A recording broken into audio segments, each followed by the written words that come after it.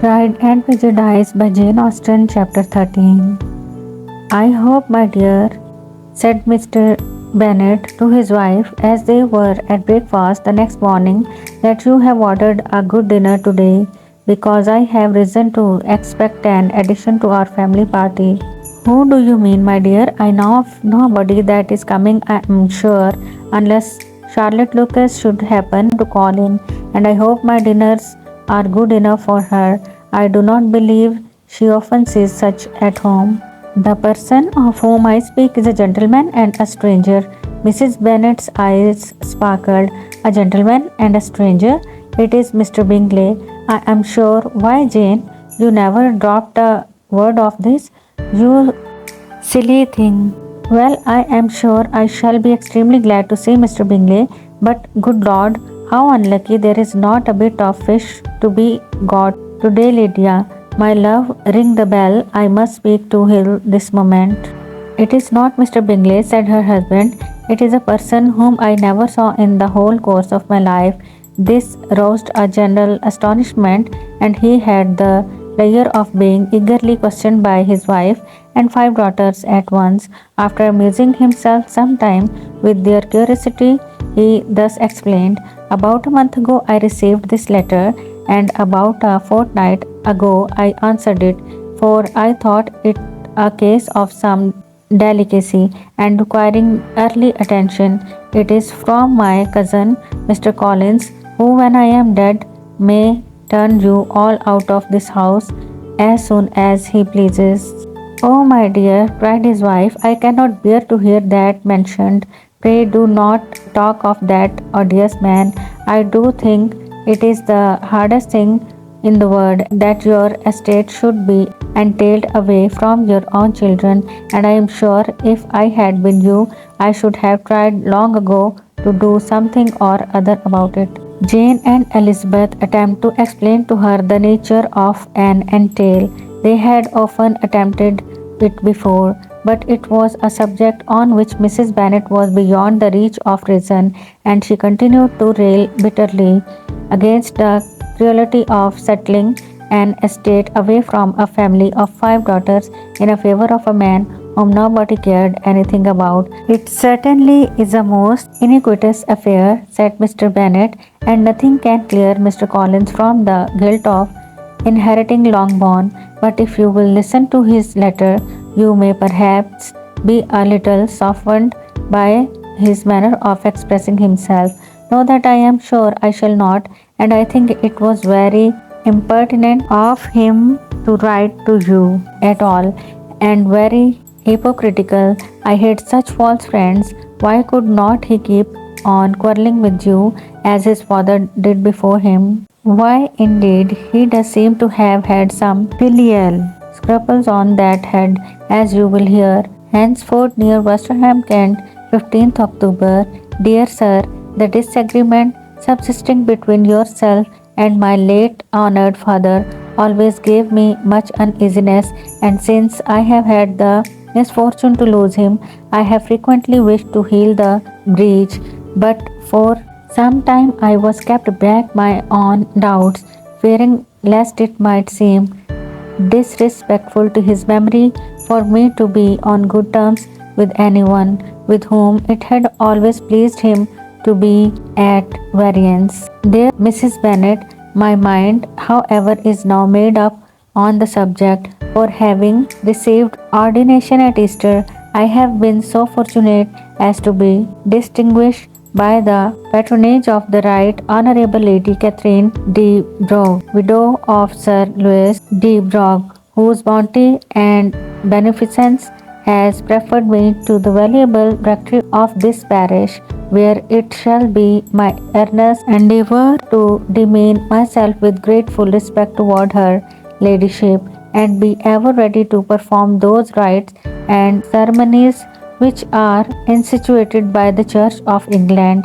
As a clergyman, moreover, I feel it my duty to promote and establish the blessing of peace in all families within the reach of my influence, and on these grounds I flatter myself that my present overtures of goodwill are highly commendable, and that The circumstance of my being next in the entail of Longbourn estate will be kindly overlooked on your side and not lead you to reject the offered olive branch. I cannot be otherwise than concerned at being the means of injuring your amiable daughters and beg leave to apologize for it, as well as to assure you of my readiness to make them every possible amends. But of this hereafter, if you should have no objection to receive me into your house, I propose myself the satisfaction of waiting on you and your family Monday, November 18th by 4 o'clock, and shall probably trespass on your hospitality till the Saturday night following, which I can do without any inconvenience, as Lady Catherine is far from objecting to my occasional absence on a Sunday.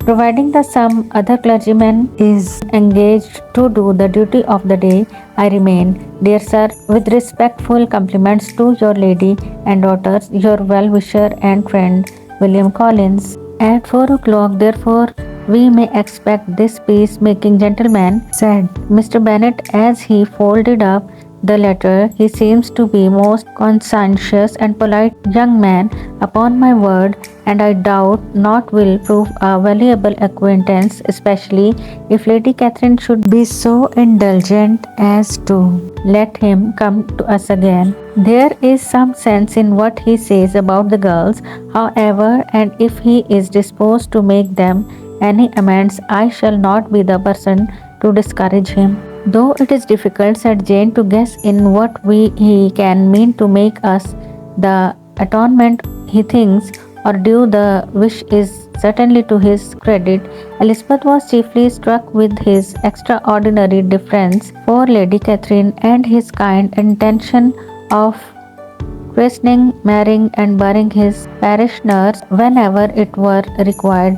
He must be an oddity, I think, said she. I cannot make him out. There is something very pompous in his style. And what can he mean by apologizing for being next in the entail?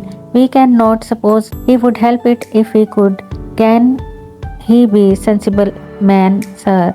No, my dear, I think not. I have great hopes of finding him quite the reverse. There is a mixture of servility and self-importance in his letter, which promises well. I am impatient to see him. In point of composition, said Mary, his letter does not seem defective. The idea of the olive branch perhaps is not wholly new, yet I think it is well expressed. To Catherine and Lydia, neither the letter nor its writer were in any degree interesting. It was next to impossible that their cousin should come in a scarlet coat, and it was now some weeks since they had received pleasure from the society of a man in any other color. As for their mother, Mr. Collins' letter had done away much of her ill will, and she was preparing to see him with a degree of composure which astonished her husband and daughters. Mr. Collins was punctual to his time and was received with great politeness by the whole family. Mr. Bennet indeed said little, but the ladies were ready enough to talk, and Mr. Collins seemed neither in need of encouragement nor inclined to be silent himself. He was a tall, heavy-looking young man of 25. His air was grave and stately, and his manners were very formal. He had not been long seated before he complimented Mrs. Bennet on having so fine a family of daughters, said he had heard much of their beauty, but that in this instance fame had fallen short of the truth, and added that he did not doubt her seeing them all in due time well disposed of in marriage. This gallantry was not much to the taste of some of his hearers, but Mrs. Bennet, who quarrelled with no compliments, answered most readily, "You are very kind, sir, I am sure, and I wish with all my heart it may prove so, for else they will be destitute enough. Things are settled so oddly. You allowed perhaps to the entail of this estate Ah, sir, I do indeed. It is a grievous affair to my poor girls. You must confess. Not that I mean to find fault with you, for such things I know are all chance in this world. There is no knowing how estates will go when once they come to be entailed. I am very sensible, madam, of the hardship to my fair cousins, and could say much on the subject, but that I am cautious of appearing forward and precipitate. But I can assure the young ladies that I come prepared to admire them. At present, I will not say more, but perhaps when we are better acquainted. He was interrupted by a summons to dinner, and the girls smiled on each other. They were not the only objects of Mr. Collins' admiration. The hall, the dining room, and all its furniture were examined and praised, and his commendation of everything would have touched Mrs. Bennet's heart but for the mortifying supposition of his viewing it all as his own future property. The dinner, too, in its turn, was highly admired, and he begged to know to which of his fair cousins the excellence of its cookery was owing. But here he was set right by Mrs. Bennet, who assured him with some asperity that they were very well able to keep a good cook, and that her daughters had nothing to do in the kitchen. He begged pardon for having displeased her. In a softened tone, she declared herself not at all offended, but he continued to apologize for about a quarter of an hour. Pride and Prejudice by Jane Austen, Chapter 14. During dinner, Mr. Bennet scarcely spoke at all, but when the servants were withdrawn, he thought it time to have some conversation with his guests, and therefore started a subject in which he expected him to shine by observing that he seemed very fortunate in his patroness. Lady Catherine de Bourgh's attention to his wishes and consideration for his comfort appeared very remarkable. Mr. Bennet could not have chosen better. Mr. Collins was eloquent in her praise. The subject elevated him to more than usual solemnity of manner, and with most important aspect he protested that he had never in his life witnessed such behavior in a person of rank, such affability and condescension as he had himself experienced from Lady Catherine. She had been graciously pleased to approve of both the discourses which he had already had the honor of preaching before her. She had also asked him twice to dine at Rosings, and had sent for him only the Saturday before to make up her pool of quadrille in the evening. Lady Catherine was reckoned proud by many people he knew, but he had never seen anything but affability in her. She had always spoken to him as she would to any other gentleman. She made not the smallest objection to his joining in the society of the neighborhood, nor to his leaving his parish occasionally for a week or two to visit his relations. She had even condescended to advise him to marry as soon as he could, provided he chose with discretion, and had one paid him a visit in his humble parsonage, where she had perfectly approved all the alertations he had been making, and had even vouchsafed to suggest some herself, some shelves in the closets upstairs. That is all very proper and civil, I am sure, said Mrs. Bennet, and I dare say she is a very agreeable woman. It is a pity that great ladies in general are not more like her. Does she live near you, sir? The garden in which stand my humble abode is separated only by a lane from Rosings Park, her ladyship residence. I think you said she was a widow, sir. Has she any family? She has one only daughter, the heiress of Rosings, and of very extensive property. Ah, cried Mrs. Bennet, shaking her head. Then she is better off than many girls. And what sort of young lady is she? Is she handsome? She is most charming young lady indeed. Lady Catherine herself says that in point of true beauty, Miss de Bourgh is far superior to the handsomest of her sex, because there is that in her features which marks the young woman of distinguished birth. She is unfortunately of a sickly constitution which has prevented her making that progress in many accomplishments which she could not otherwise have failed of, as I am informed by the lady who superintended her education and who still resides with them. But she is perfectly amiable and often condescends to drive by my humble abode in her little phaeton and ponies. Has she been presented? I do not remember her name among the ladies at court. Her indifferent state of health unhappily prevents her being in town, and by that means, as I told Lady Catherine myself one day, has deprived the British court of its brightest ornament. Her ladyship seemed pleased with the idea, and you may imagine that I am happy on every occasion to offer those little delicate compliments which are always acceptable to ladies. I have more than once observed to Lady Catherine that her charming daughter seemed born to be a duchess, and that the most elevated rank, instead of giving her consequence, would be adorned by her. These are the kind of little things please her ladyship, and it is a sort of attention which I conceive myself peculiarly bound to pay. You judge very properly, said Mr. Bennet, and it is happy for you that you possess the talent of flattering with delicacy. May I ask whether these pleasing attentions proceed from the impulse of the moment, or are the result of previous study?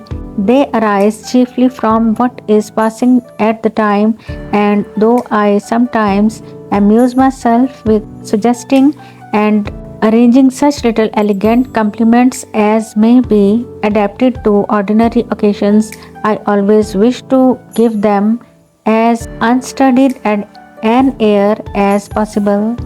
Mr. Bennet's expectations were fully answered. His cousin was as absurd as he had hoped, and he listened to him with the keenest enjoyment, maintaining at the same time the most resolute composure of countenance, and except in an occasional glance at Elizabeth, requiring no partner in his pleasure. By tea time, however, the dose had been enough, and Mr. Bennet was glad to take his guest into the drawing room again, and when tea was over, glad to invite him to read aloud to the ladies. Mr. Collins readily assented, and a book was produced, but on beholding it, for everything announced it to be from a circulating library, he started back and, begging pardon, protested that he never read novels. Kitty stared at him, and Lydia exclaimed. Other books were produced, and after some deliberation, he chose Fordyce sermons. Lydia gaped as he opened the volume, and before he had, with very monotonous solemnity, read 3 pages, she interrupted him with, "Do you know, Mamma, that my uncle Phillips talk of turning away Richard, and if he does, Colonel Foster will hire him. My aunt told me so herself on Saturday. I shall walk to Marathon tomorrow to hear more about it, and to ask when Mr. Danny comes back from town." Lydia was bid by her 2 elder sisters to hold her tongue, but Mr. Collins, much offended, laid aside his book and said, "I have often observed how little young ladies are interested by books of serious stamp, though written solely of their benefit. It amazed me, I confess, for certainly there can be nothing so advantageous to them as instruction.